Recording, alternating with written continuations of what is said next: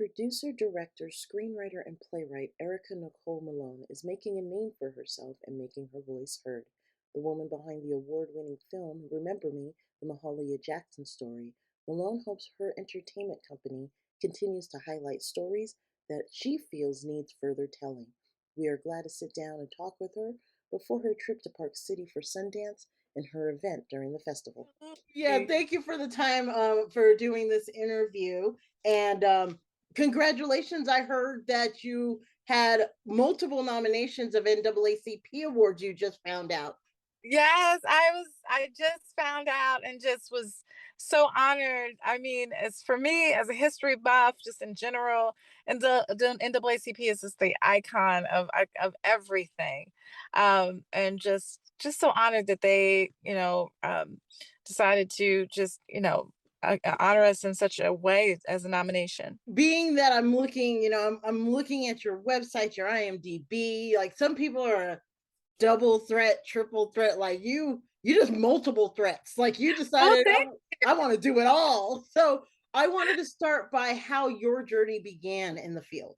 Well, my journey started. I'm originally from Louisville, Kentucky. I live in the West Coast now, but definitely born and raised in the South.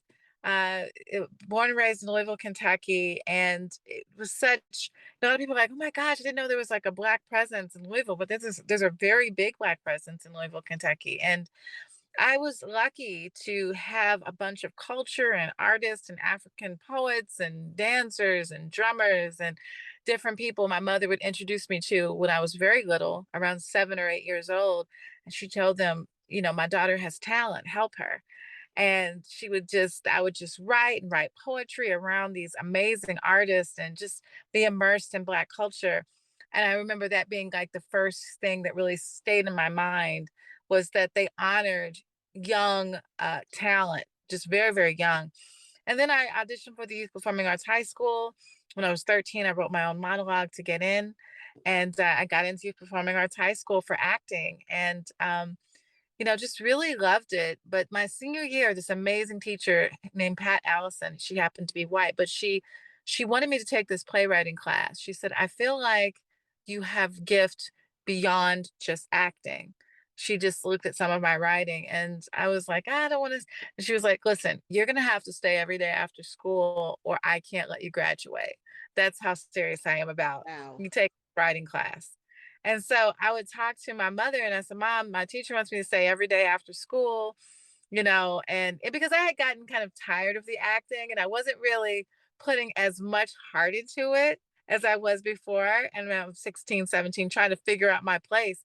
And she knew that I had not just talent in that. And so my mother picked me up every day after school. I took this playwriting class and it changed my life. It completely changed my life from this moment. Um, and I realized I'm a playwright as well, and was writing plays and taking plays on tour around the country. And then in 2015, I wrote a sitcom pilot called Ward of the State, starring Janet Huber, Fresh Prince of Bel Air, and about this kind of eccentric heiress who loses all her money and has to move in with her daughter, her daughter, the writer, and so just loosely based on my life and my mother, who's like just like a black Audrey Hepburn. She's just so regal. And then there's this writer who's kind of eclectic. So I kind of wanted to write about our lives. And then I took writing classes for 3.5 years, trying to just work on my writing, get better. And then I wrote Remember Me, the Mahalia Jackson Story. A good friend was like, "Hey, what do you think about writing about Mahalia Jackson?" And I knew so much about Mahalia because in the South, I tell people all the time what an iconic figure she was. And I tell people often that, after dinner on church on Sunday, you'd see Dr. King in the middle on the wall. I mean, I'm sorry, Jesus in the middle on the wall, Dr. King on the other side. And then you'd see, yeah, either Mahalia Jackson or Malcolm Malcolm X, X. depending on where you lie. Like the South. Everybody has that now.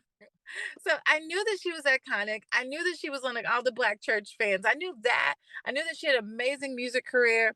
But what I didn't know until I researched her is that she's one of the reasons I'm sitting here. That she's one of the quiet hidden figures in the civil rights movement. Mm. Um, I liken her often to Scottie Pippen and Michael Jordan, in that she helped influence Dr. King in such amazing ways. She was quite a bit older than Dr. King. So when Dr. King was assassinated in 1968, he was 36 years old. When she died in 1972, just a few years later, she was 60. So there was a wide age gap, but what she was to him was a big sister, little brother, and she understood his importance. And when I did my research, I saw so many pictures of them just cutting up, laughing, joking, eating chicken in front of her house. And, Dr. King was known to be a jokester and crack jokes a lot. He wasn't just this huge iconic figure that he is, but he also was just a very amazing person. So I wanted to humanize both Dr. King and Mahalia Jackson and make them just Martin and Mahalia. What was it like for them to eat dinner together? What did they talk about? Why were they always laughing? But yet, how were they able to then bend it towards the seriousness of the civil rights movement? So I wanted to show that and kind of depict what I haven't seen.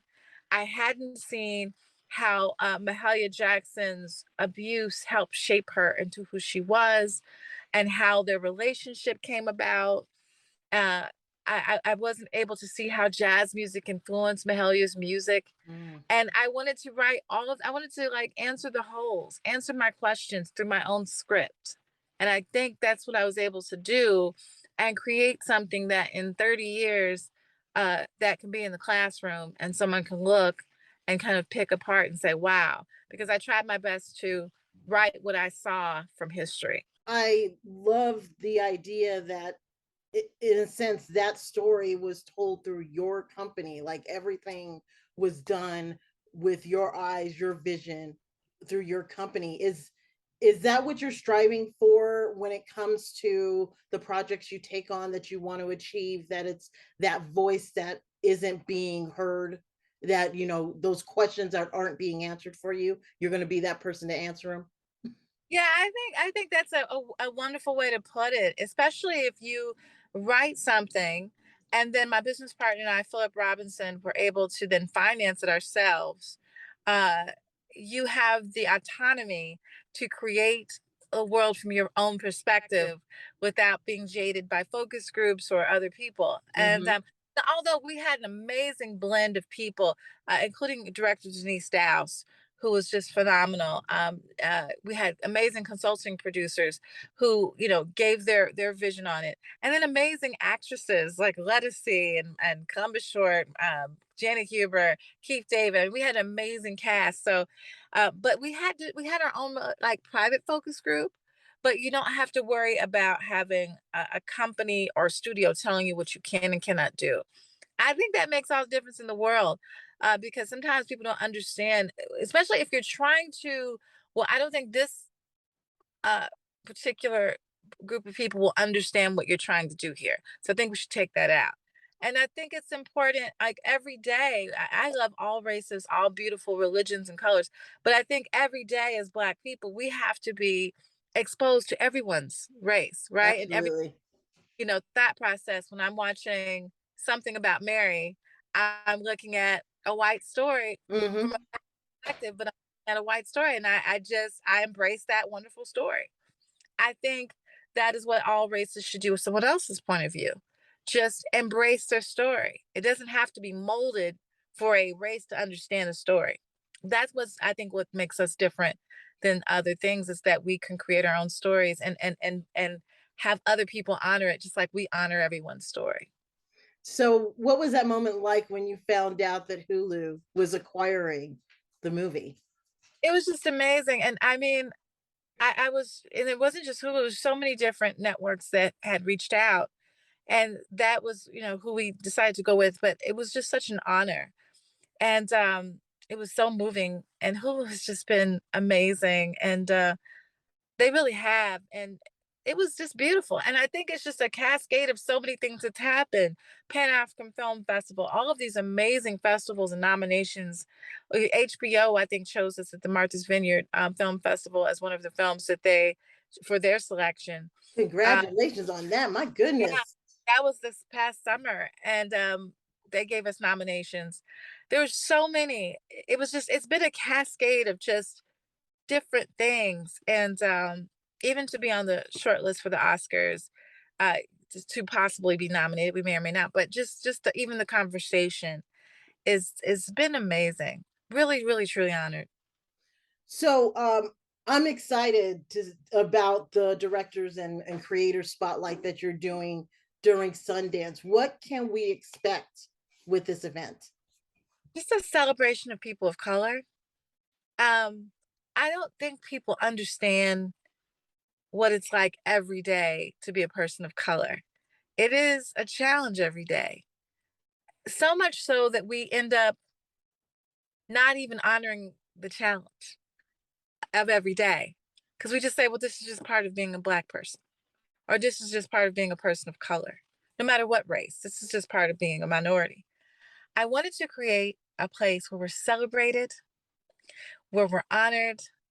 One of the things that was great about writing Remember Me was the scene with the Cab Calloway scene in it, where, we just kind of get together and we're just honoring and celebrating being Black, being people of color, um, celebrating diversity. And I wanted to kind of create that in the middle of the biggest film festival in the world. Hmm. Have that moment, even though there's Black House and then there's also BET as a lounge, different people have a lounge, and Sundance is trying really hard to be inclusive. But I'm just saying it's great to have an additional place for us to be. And it's really great. I'm really, really excited about that. Just it reminds me of that Cab Calloway moment and the moment of reason why he did that back um in that time period, because he wanted people of color to be celebrated. Hmm. He wanted to forget that we're being lynched, that we're being ostracized, that we're being traumatized on a daily basis. Come here for one moment and just watch me. Let me treat you the way you deserve to be treated. And in a sense, in the same way, the Sundance Film Festival with this spotlight is just to give you a moment to where we're celebrated. That's what's so exciting about it. Well, I know that you are a prime example, I feel, to many that if you put your mind to it, if you really focus and are diligent in the things you want to do, it can be done. So Thank you. I want to ask, what piece of advice would you give those that might feel like I can't, I'm not made for this. I can't come up like you have. What advice would you give them? Well, I'm from Louisville, Kentucky. I would dare say that it's harder to come from a place that's known for sports, that's in the deep South, uh, than it is from anything. But I knew my mother, I give it to her so much credit. She knew early, and she said, trust your vision. She told me that early. She gave me a book, and I just want to say this real quick. She gave me this book when I was 13 years old, and she said it was a book about reaching famous people. And I was 13, and this is the height of Oprah Winfrey at the time. And she said, call Oprah Winfrey's office. It had a book of just every phone number, famous person that you could talk to. And Wow. I can't call that number. I can't call. She's like, call the number. I want you to call the number. I'm like, I don't know what I'm going to say. Call the number. So I called the numbers in her studios in Chicago at the time. Hmm. And I asked for Oprah Winfrey. And they patched me. I didn't end up talking to Oprah, but they patched me all the way to her office, to her front office. And I hung up. And she says, what's the lesson? And I said, there's nobody I can't reach. And she said, that's the lesson. They're human, you're human. If they can do it, you can do it. There's nothing you can't do. There's nobody you can't reach. That's some good advice. So the last question I have for you before we go today, what would you like your legacy to be? That I didn't give up. It's really, I just want to say this, not as much for me and just me making it. When you come from the South, it's about the little girl in Mississippi. It's about the little girl in Alabama, the little boy that has more talent in Arkansas than I do, right? but he doesn't think you can make it from the South to Hollywood or to New York. Or I want them to see the world as a smaller place than it is. What I mean is anything is achievable if you believe in yourself. There's nothing that you can't do. And that's I want my legacy to be that I didn't give up and that I made people feel that they can do it. Ericka, thank you. Thank you so much for the time, for the words, and for this beautiful movie. I enjoyed it. It meant it was a very powerful film, and it is just inspiring to know that it was somebody did it that was just like, this is what I want to do, and you stepped forward and did it. That brings so much hope to us that are, out here doing it, trying to hustle, get to that point that you got there. So thank you so much. Thank you so much for having me.